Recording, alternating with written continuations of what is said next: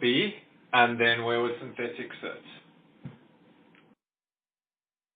Well, because of the treatment of the natural graphite, the price of natural graphite once it had been treated was almost as high as synthetic when the price of synthetic was low, but now there's a big difference in the prices. More on the cost.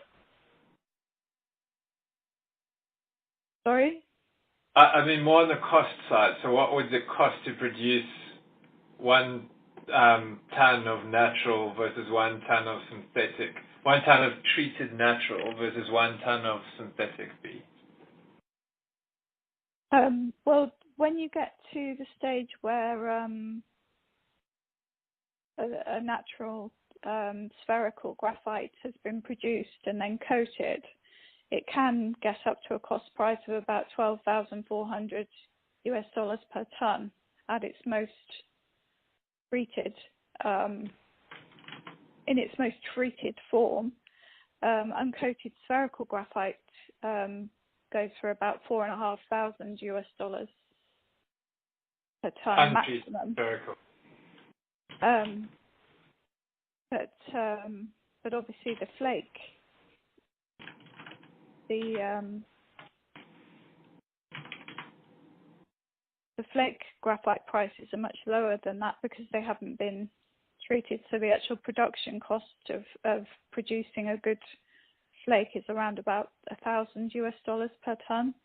It varies. The lowest is for fine flake, and then it goes up a bit for medium flake and large flake.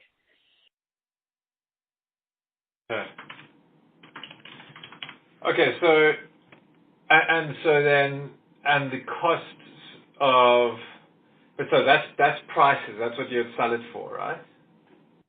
Yeah. Oh, so you mean how much would? I mean the cost. Like how much would it cost? Cost of production. Yeah. So you're trying to get at what the profit margin is.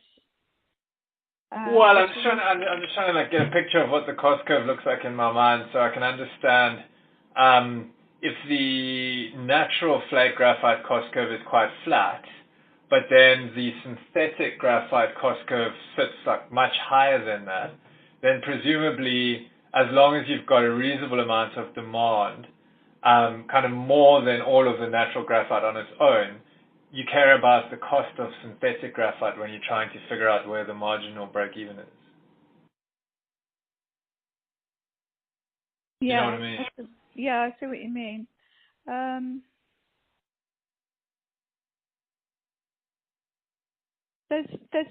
It's kind of more complicated though, because although synthetic graphite has a price premium over natural graphite because of the expensive production costs that synthetic graphite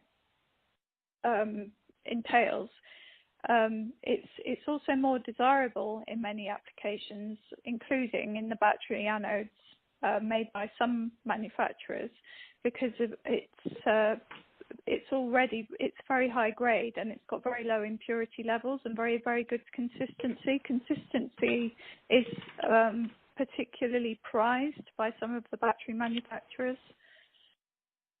Okay. Yeah. And for natural graphite to get there is difficult. Sorry, for natural graphite, Is it possible for natural graphite to get to that same level of consistency and grade?